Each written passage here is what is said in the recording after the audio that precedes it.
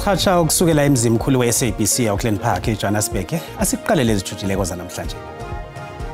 So we're looking forward to this review process as approved by the Presidential Coordinating Council to give us as COGTA an opportunity to roll out a massive consultation process in the country. AmaSewula Afrika azokunikelwa ithuba lokuveza umbono ngendlela afuna aborhulumende bemakhaya babasebenzele ngayo. Umsebenzi siyawufuna. Inkinga yi-1. La sihamba simaketa khona sithola tinduna. Leti nduna kusiyikucasha kufuna ulale nayo kumbe ukhipha imali. Liyokuqiniswa ngamandla ilawulo lemali zikahulumende esifundeni seMpumalanga njengoba isabelo semali sakhona kuqalwe bona sisebenzele umphakathi ngokupheleleko.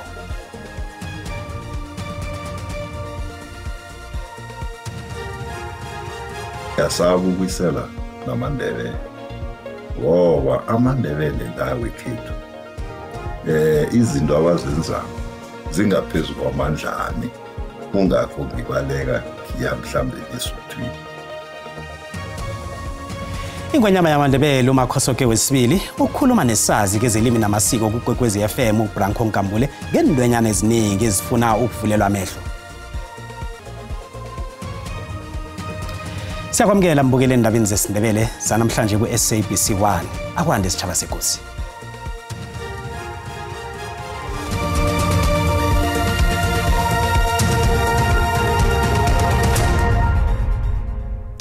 AmaSewula Afrika azokunikelwa ithuba lokuveza umbono ngendlela afuna aborhulumende bemakhaya babasebenzele ngayo. Lokho njengoba na umnyango wezombuso ohlanganyela namasiko uzokudosa phambili imkhulumiswano yokubuyekezwa komhlahlandlela wokusebenza kwaborhulumende bemakhaya i-white paper. Umhlahlandlela lo uyokubuyekezwa ukuqiniseka ukuletha kwensiza emphakathini. Kanti-ke leke imiphumela yomhlangano womkhandlu kaMengameli wokuthintanisa ebewubanjwe ngeveke epheleleko. Ukuhlayela kwensiza emphakathini kumrara AmaSewula Afrika solaqalene nawo iminyaka edlulileko. Kanyanya nohulumende athoma ukusebenzisa umhlahlandlela wokusebenza kwakahulumende emakhaya ngo-1998 ukurarulula umraro efana nale buraga nokukhwahlaphala ubujamo baborhulumende bemakhaya elizweni loke ngonobangela wokuqaphela kwezepolitiki ukusetshenziswa budlabha kwemali nokuhlela kwabantu abanamakghonofundwa ahlangana nokhunye. Umkhandlu kaMengameli wokuthintanisa uvumela ikambiso yokubuyekezwa komhlahlandlela wokusebenza kwakahulumende emakhaya wango-1998 kanti AmaSewula Afrika akhuthaza ukuthi abe yingcenye yekambiso le njengoba nawo azokuzuza kiyo. We're looking forward to this review process as approved by the Presidential Coordinating Council to give us as COGTA an opportunity to roll out a massive consultation process in the country to talk to the people of South Africa in their organized formations and broadly so that we can solicit their ideas and views on how they propose to want to see the next policy horizon with regard to local government. Umkhandlu kaMengameli uthethe isiqundo sokubuyekeza ihlelo lokusekela aborhulumende bemakhaya ngemali ekuyinto ehlokwe kakhulu ekuletheni insiza emphakathini. Funding of municipalities as well is one aspect of the policy review focus. Umnyango wezombuso ohlanganyela namasiko uqala ukuqeda ikambiso le ngamakhethwa kahulumende bemakhaya wango-2026. It is our intention to go back to cabinet to provide an answer in terms of the final policy document. Umnyango lo ubawa imiphakathi ukuthi izibandakanye ekambisweni lokuhloswe ngayo ukuthuthukisa impilo yabo. ISouth Africa ihagalelwe izintshijilo zokusilaphazeka kwamanzi emaplantini wawo. Lokho kungonobangela ukuthi kubize khulu ukuthengwa kwensetshenziswa zawo ekukhambeni kwesikhathi. Umlezo lo uzwakele ekulumeni yesekela likaNgqongqoshe wezamanzi uSilo Seyihlolo nebekade ekhuluma econferenceini yephasi ebanjelwe eKapa. Umphathiswa Silo Seyihlolo ulumkise ngompodamo wokungcola kwamadama eli esithi lengxaki kufuneka iqwalaselwe ngokukhawuleza okudibene nokungxama. But all of the pollution that comes through the Crocodile River that lands in Harties Dam is all due to municipalities in the province of Gauteng. The Department of Water and Sanitation is spending 22 million per annum to remove physically through Magalies Water the water hyacinth in the Harties Dam, 22 million. And in the coming 3 years, we've invested over 45 million to address the issue of the water hyacinths in the Vaal River. Usekela mphathiswa uthi ukungcola kwamadama kuza kunyusa namaxabiso amanzi ngenxa yeendleko eziphezulu zokucoca lamanzi. Enkombanise amazwe angaphaya kwama-50. Iziko lamanzi lase-Gauteng, iRand Water, lithi lifuna ukufunda ngendlela zokucoca amanzi asele esetyenzisiwe ukuze athengiselwe amafama neefektri, edlulisa esithi lamanzi akakazokuthengiselwa izindlu okwangoku. Umosai uthi iRand Water inomthamo owaneleyo wokuzisa amanzi eluntwini, kodwa umyinge wama-30 ekhulwini wamanzi uyamoshwa ngoomasipala. In fact, we're surpassing the demand by far. On average, the World Health Organizations and other institutions, they will tell you that an average that we should be putting into the system is 173 liters per person per day. In Gauteng, we're supplying under 300 liters per person per day. Le nkomfa iyagqibezela ngeekomishoni zayo namhlanje kwiindaba ze-SABC. Dingubulelani Philip eKapa. Umengameli weCongo uFelix Tshisekedi nomengameli weRwanda uPaul Kagame bavumelene ngokwakha ubudlelwano obunesisekelo esiqinileko ukwenzela ukuletha ukuthula kwasafuthe eMpumalanga yeDRC. Abaholi ababilaba babambe umhlangano lo eDoha begodu uKagame noTshisekedi besolo bangaboni ngalihloli inye isikhathi eside ngendaba mraro yepi eseCongo. Kanti lokhu kubonakele njengehlamba kwamanye amahelo aholwa eAfrika.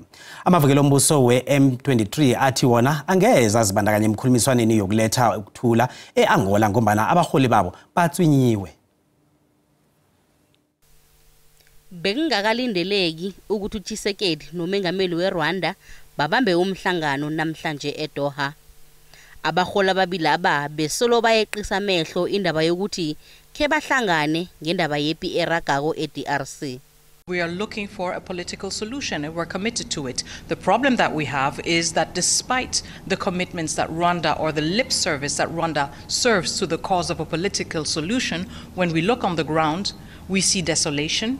We see the constant advance of the M23. We see executions of children, as reported by the OHCHR yesterday. And we see that Rwanda is not being faithful or keeping their word. uKagame noTshisekedi bathethene ngamagama ngehlangothini lokuthelisa kwamavukela mbuso we-M23. Inthabe ezibumbeneko nazo zisola eKhagali ngokunikela amavukela mbuso la ingikhali zokulwa. Horrors are well documented and form an alarming pattern. In the last trimester of 2024 alone, the United Nations reported that DRC security organs were responsible of more than 30% of human rights violations in conflict zone. Umengameli waphambilini we-DRC uJoseph Kabila usola umengameli wakhathesi uFelix Tshisekedi ngepi eragako namavukela mbuso. uKabila uthi iDRC kufanele ithathe isiqundo sokuthi izoyiqeda njani ipili. The problem is President Felix. The solution is President Felix. Now, how do you understand that? How do you turn that left and right? Up to you. But critical decisions have to be made. Njenganje amavukela mbuso we-M23 abusa khulu eMpumalanga yeCongo ukudlula phambilini kubalwa hlangana amadrobha amakhulu welizweli. Kuzoqiniswa isandla ukuqinisekisa ukuthi iminyango yonke kahulumende weMpumalanga isebenzisa imali eyabelwe yona ngefanelo begodu iyazi ukuthi imali leyo isebenze kuphi. Usomkhandlu wezemali ubonakele Majuba ubekhuluma nembiki indaba ngemva kokwethulwa kwesabelo semali sesifunda eMbombela.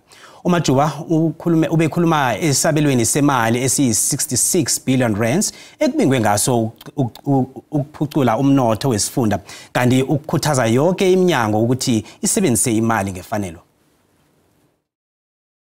Yezemali yesifunda yendlale isabelo semali esibinge ukuceda umthlago begodu siphucule impilo yabantu. Isifunda seMpumalanga sisesenentshijilo zendawo zokuhlalisa abantu. Kodwana usomkhandlu wezemali ubonakele Majuba ukholelwa ekutheni isabelo sakhe semali somnyaka lo sizowuceda wonke umthlago kilokho okuwumraro omkhulu.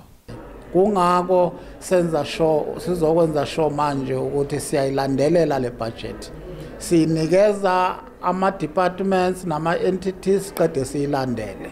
Uhulumende weMpumalanga unethemba lokuvula imisebenzi ngemakethe yenithelo nemirogo yenitshabatshaba ezakuba seMpumalanga. Imakethe leyo iza kuthintanisa abalimi nezimaraka ezitsha kunye namathuba wemisebenzi. Amaplan yethu wonke ya centre around fresh produce market. The fresh produce market, if we complete, create close to 105,000 jobs. Kodwana abahlali beBrondal esebangeni elimakhilomitha ambalwa ukusuka emarageni leyo bathi abanalo ithemba lokuthi bazokutshejwa ngemisebenzi nayivulwako imaraga le. Sazama kuya siyomaketa basitshela ukuthi la ngale kucashwa abahlali basembombela thina siwela ngapha mara nangibuka mina lana lapha na still ilona le1 sevele sibahlali bala ku11 eBrondal yasiphatha kabi. Umsebenzi siyawufuna inkinga yi1 la sihamba simaketa khona sithola tinduna letinduna kusuka ucashe kufuna ulale nayo kumbe ukhipha imali na usewuya ngala kufuna ulale naye ukhipha imali manje sine umsebenzi ukuthi siucashiwe ngemtimba wethu angeke siukhone. Nanyana phambilini abahlali beBrondal banikelwa inthembiso kodwana nanje soloku kusafana alona nje abathembile litho. Ngingonhlanhla tshelo wendaba zeSABC eMbombela Mpumalanga.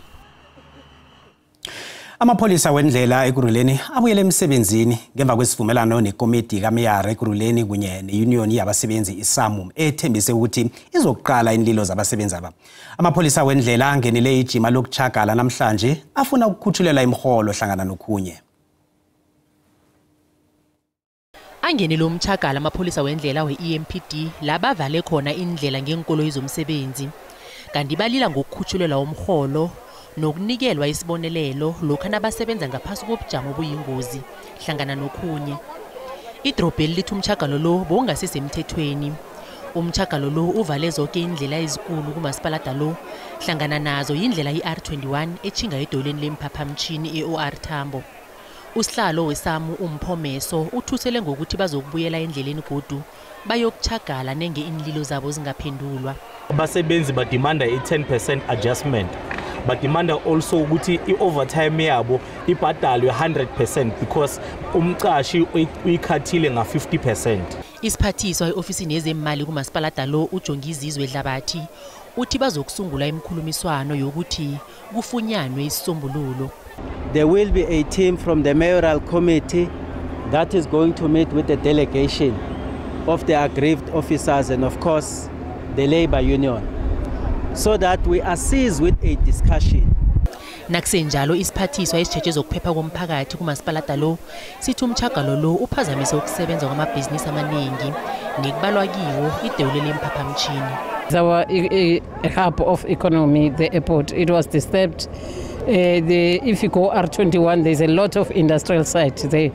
There would have been disturbances. Even on social media, you can see the comments that the situation was not okay. Abuyele emsebenzini amapholisa wendlela njengombana alinde impendulo ngenlilo zawo. Endabeni zeSABC ngingudlozi Mnisi eJohannesburg. Kanekhasini lethu leFacebook sibuze ukuthi uthini umbono wakho ngamapholisa wendlela wakamasipalata weKuruleni afuna ukukhutshulela umholo nge15%. Nakho umbono wakho uyalandela mbukeli.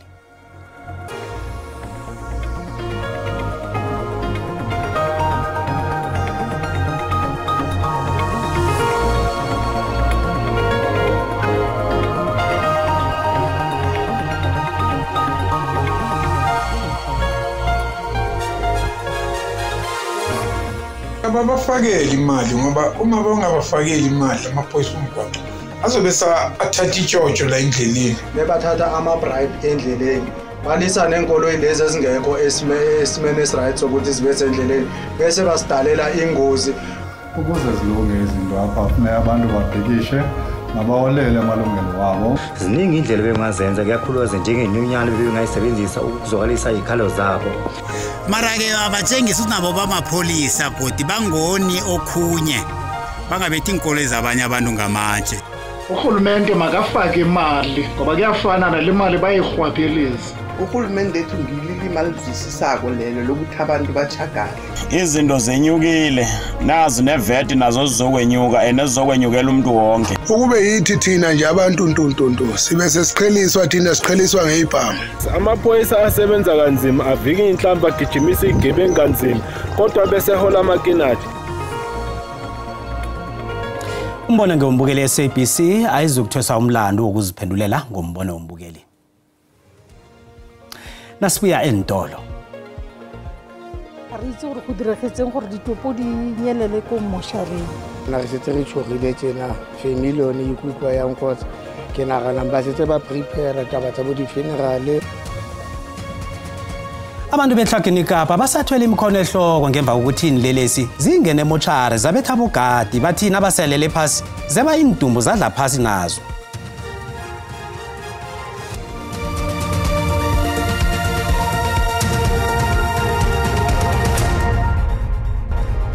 Zisekhona indaba mbukeli kanti nazi kuphundile kuyazithola ku YouTube, SABC Plus, TikTok, X na ku Facebook. Asifake nazo.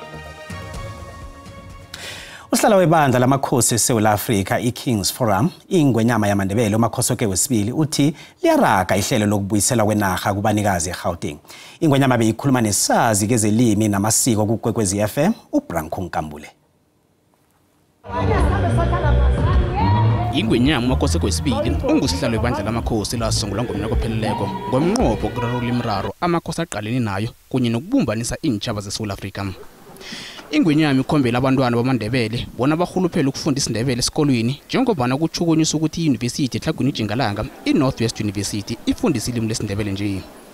Nanke kwaba nabantwana ababonakala abazimisele ukwenza isindebele ngeUniversity le yangeTlhagwini yange Northwest ngoba sesine memorandum of understanding nayo University yange Northwest bangasifunda isindebele. Belo umakhosi kwesibili utile raki ihlelo lokubuyisela kwindawo zamandebele kubanikazi bazo kodwa kunentshijilo. Izindawo eziku54 umnengi bazo zingeGauteng ukusuka lapha kiboVonelboom indawo ezizungeze iPitori le indawo ezizungeze aboMamlodi iKalinen iRighton iBronghorstspruit iBabsfontein nendawo engeDalmas ngizo lezi esaziclaima nokho kulukhune emhanje ngoba sisekhodo nelenhle into esibethako nje indaba emali ngoba imilando le amacase la ayasidurela abdisi phezukwethu singahle sibhalele nokuqhubeka ukuya phambili. Ngokuhlogeka kwemisebenzi okuhageleke eSouth Africa ingwenyama ithi kunabasisi bangaphandle abathembisa ukusisa imali engavuselela amafemu kwaNdebele avalwako sekubalwa neLobspruit Winery eGodwana neKandastria iKangala. Njengoba mhathi besine uchairman weChina Chamber of Commerce lapha komjekejeke sinengane izinto sizikhulumileko nehlangano le yeChina ukhunyeke abakuvezileko abanekareko ukuthi bafuna ukukhira amafema ngu6 lapha eKandastri bazokwenza lokho ekuthiwa iTextile izinto zokuthunga engicabanga ukuthi abantu bekhethu abaningi bazayikera imbereko. Njengomana liphumile lemtshade lokuthi ingoma yomnyaka lo ingwenyama iboyisitshaba bona sihloniphe isiko begodwa sihloniphane naso. Akuhle abantu bekhethu ngesikhathi sengoma bahloniphe ukuya ngamasiko esindebele baziphathe kuhle bahloniphe nalabo abangawiseliko babahloniphe nalabo abangawiseliko bahloniphe labo abawiselako. Ingwenyama ikhalime nomukho ukuthi kwenziwa ubukhanyakanya kakhulu nakubuya amasokana kube ingamtshado kanokutsho. Yathi ngikho kanye lokho kwenza abanye abantu bagcine sebawuyisela esitshabeni samapidi ngombana bathi amandebele sekayenza ibize khulu ingoma ngobukhazikhazi upho. Ngiyababuza abaningi ukungawiseli eMandebele ulindebele uthi ngiyasaba ukuyisela namandebele ngoba amandebele lawe khethu izinto abazenzako zingaphezulu kwamandla ami ungakho ngibaleka ngiya mhlambe esuthwini amandebele mntayicale lento ukuthi nawuphethe imali nokho mawungayiphatheli ukuchabalalisa ingoma kamba ngomthetho wakhona wenze izinto kuhle Ingwenyama amandebele uMakhosakho wesibili uzokuhlathulula amahlelo awaveza emnyanyeni ngokumjekejeke ehlelweni lenkulumo mpendulano emhathweni kwekwezi FM entambama namhlanje indabeni ze-SABC nginguPhilemon Sikhosana eJohannesburg. Amapholisa weTlhagweni Kapa asungule isiqhema esikhethekileko bona siyokuphenya ngokwetshiwa kwendumbe ezintathu emochara yeKurumani ngoMvulo. Kuzwakala bona inlelesi zigqekeze emochara zafika zabetha abogadi bathi nabahabalele phasi zathatha indumbu zabona enganatshani. Ngile mochara la kwetshiwe khona indumbu ngoMvulo. Ngokutsho kwamapholisa amadoda amabili angene emochara abetha abogadi ngaphambi kokuthi ahudule indumbu abaleke nazo. We can say that the police has created a task team in terms of doing what they're supposed to do, and we've just given guidelines on where they could look. Imindeni ibambe umhlangano nemochara namhlanje. Balilo ukukhuluma ne-SABC ngemva kokutshelwa bofokisi bona bangathomi batsho litho ngombana bazokona icala. Ikosana yendawo yeMaruping la kuhlala khona omunye umndeni ithi bayathoma ukuzwa into enje. Khona le ba ile gore ba na le dipolisi ga ditse go ba gona ba tshogile go le go kae gore ha go dira gala diotse ame police tsa bone di safe go di gona. Ezakhamuzi zithukwe khulu. Tateng tabene re tshwiste ka bongata ba gona o botse yana gore if go etsagala ntho tsena mo gae batho ba family bone gona re setse re tshogile tsena family one ikutlwa yang kotse ke nagana ba setse ba prepare taba tsa bo di funeral. Disappointed ka moshara wa motheo wa bophelo because ga re itse gore go diregetseng gore ditopo di nyelele ko moshareng mare re le baagi ba Maruping ka bakala setopo sa rona se se nyeletse mo Maruping rapela modimo le badimo gore batho bao ba tshwarwe. Dimende nesiphumileko bemochara emotheo wabophilo funeral parlor bathe badanile ngesehlakalo wesiko kodwana basebenzisana namapholisa bona abasolwa babotshwe. Amapholisa sekavule necala lokugcekeza babawa abanelwazi ukuthi beze nalo. Imingcwabo ebesele ihleliwe ithulisiwe.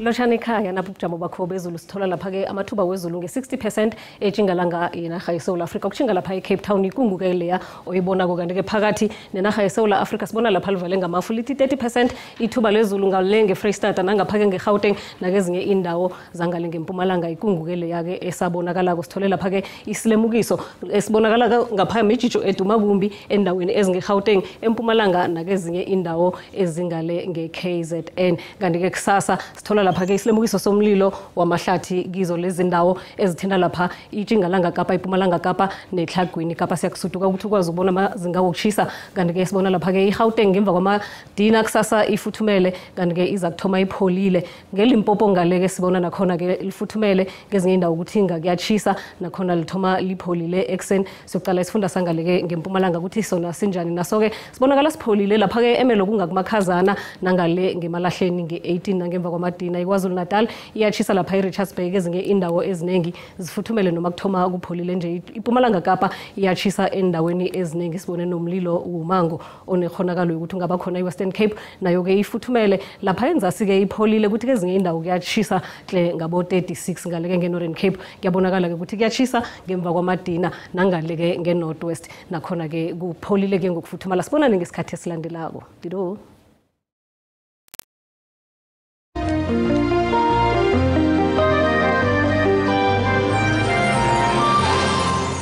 Kuyawale khomba zikhona ngesizulu kanti kusasa ngesikhathi esifanako zikhona zeSwati. Isale nomusa.